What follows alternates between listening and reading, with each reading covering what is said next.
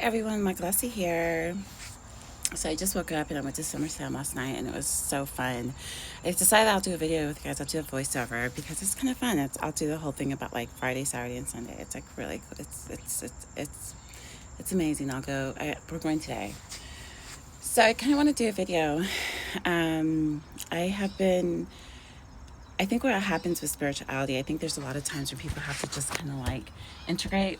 And integration is basically where you learn information, you get a lot of knowledge, you have to kind of like self reflect on what you've been learning, what you've been told, and you have to kind of integrate and self reflect and figure out what is true and what is not. And I think there's a lot of spiritual people don't do that, and I think that we need to do that. So, what I mean by integration is as you learn new information, you have to kind of like cross reference it, reflect on it, think about it, and then think of like, how does this fit with what I've been told? And I think people should do that because it really helps you realize, like, you have to kind of okay, for example, when you're little and someone tells you about the Santa Claus or the Tooth Fairy, right? You believe it and you wholeheartedly say this is true. But as you get older, you realize that that's just something that you need to learn so you can get on with your emotions, because of losing your teeth as a child. So they kind of tell you these stories, and therefore that was based on your level of understanding or your level of wisdom or understanding. But as you get older, you have to realize that, okay, I don't have to use that as that story anymore. I understand it's okay to lose your tooth. Same thing with spirituality. Sometimes we are told stuff and it's not necessarily true. It's part true, but our experiences are supposed to help us get gnosis and understanding, to dissect and understand and integrate new wisdom that comes to us. So as a spiritual person, I realize that a lot of people need to have time alone and integrate some of the new information that they learn. It's always good to surrender, integrate, reflect, dissect your old belief systems, and reset your operating system, which is your belief system. So I want to tell you guys what I've learned about the fall. And I know that a lot of people have a lot of questions about it, and as I'm realizing, I'm getting like a lot of downloads and just access to lots of information, and a lot of it is overwhelming, but I'm trying to, and things are changing because I'm realizing right now. So what's happening is right now we're at the beginning of the cycle is what I'm understanding. And we were not honest about time. They told us time is linear, but in reality time is a spiral. And it's a spiral because in reality we're supposed to spiral out. So time is not straight, it's actually like this. It spirals. So what happens is we're supposed to spiral out, but in time we have cycles. So you can understand time and cycles because we have a similar stuff that happens continuously, and this is primarily because we live in a cube of space, so we have limitations. So there's time, like dimensions and timelines have limitations because we're in cycles. So based on those limitations, you will have similar experiences happening based on that cycle. But what happens is, based on the information and your experiences, you're supposed to experience the same thing on a higher octave. So like, let's just say you get a tooth, but then the next cycle your tooth becomes, that leads you to become a dentist. So in a way, it's like you're supposed to get higher degrees of knowledge on the same situation. So that's how cycle is, and that's how time is. And the reason why I'm telling that, because based on cycles, you can predict and understand situations in the past. So that's why in mythology, you'll realize there's always something that's similar. For example, the sacrifice. We understand based on the cycles and the sacrifice that the divine feminine is the one that falls. And we hear this in Eve. We hear this with lots of stories of the fall of the divine feminine. So based on that, we know that myth must be true, because there is stories of Inanna, of Eve, of Sophia, of there's so many divine feminine. There's like maybe like 13 of them that are off talking about fall. So we know there's something that happened with the divine feminine. So what I've decoded, and what I'm going to just tell you guys what happened with the divine feminine, and you can see it right now, is what's happening right now is we're at the beginning of a new cycle. So in the Bible, they say, I'm the Alpha and the Omega, which basically Jesus is saying, I'm the beginning and the end. So what I've just realized is Jesus is the divine feminine and the divine masculine. So Jesus is the archetype of the divine masculine, right?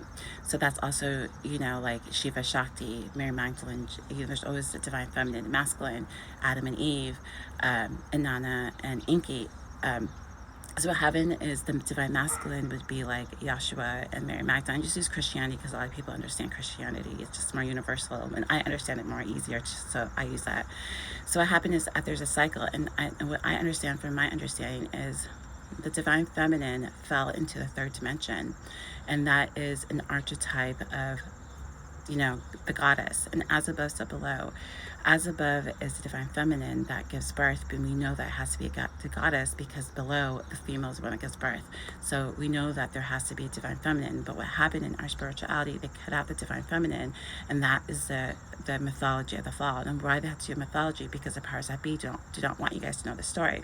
So what they did is they chopped up the stories in many pieces, but the reason why they had to tell the story, because time, you have to, the consciousness, the elements works with the memory of the fall, so they need that story, but they perverted the story. So what happened was, the beginning of the cycle, the divine feminine was not acknowledged in spirituality, so that's why she fell. So without the divine feminine being acknowledged, then the whole cycle started off. That's why they said divine feminine. In the beginning, there's Adam and Eve.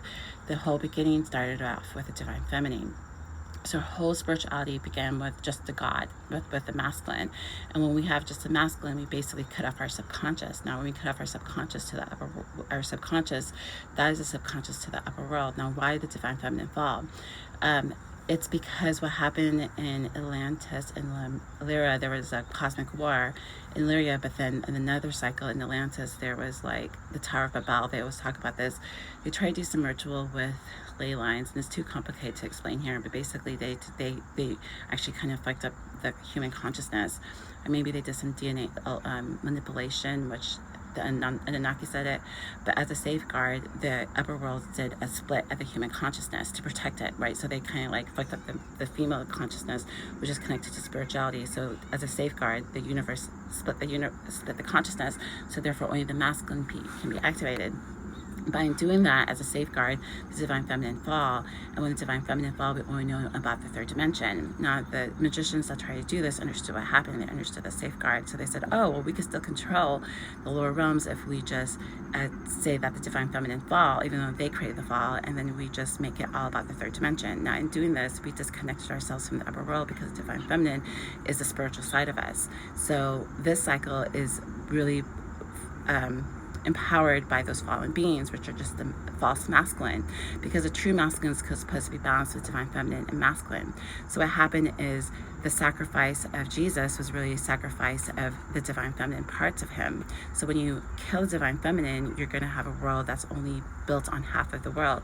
So now that we're at the end of the cycle, you can see the manifestations of just a fake masculine society, where it's just all about war, emotions, and the imbalance is part of society. So now at the end of the cycle always has to come to balance, because if it goes into the wrong directions, then it gets reset to the original, just like the Matrix. So now that we're at the end of the cycle, all the original energies that created this cycle comes back, and they're like, what happened to the cycle? And they realize that the mind was split.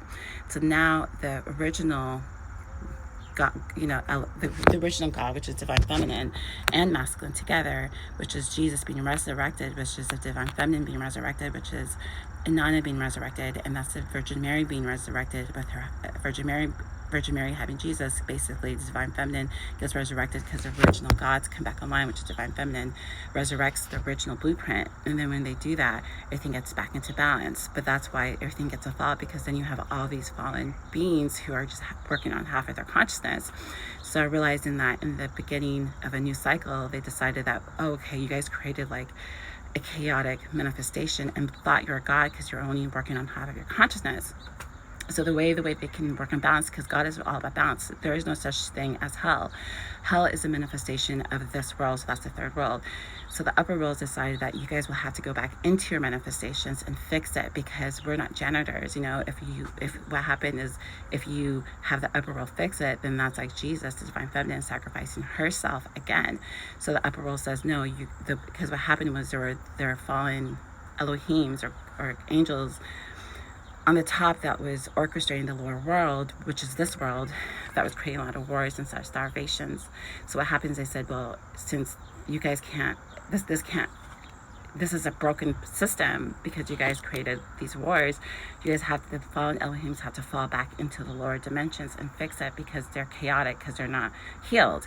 So what happened is that when the fall happened is those beings that were basically fallen Elohims, because only have half of consciousness, they had to go back into the lower world and be quarantined into their own holographic universe from the upper worlds, or the upper worlds, which is the originals, balance, divine feminine and masculine, would have to heal the lower worlds. But they need somewhere for the half-minded creators to be, because they're imbalanced. So they decided, okay, we'll just put you guys back into the lower world, which is third dimension, which is considered hell, just because you guys have to be quarantined because you're not balanced. We're going to rehabilitate you, and now the whole universe is going to look at your situation and try to fix it because you guys are halves. Now there's like a rehabilitation, which we are in. And also they tell us that we have to repent.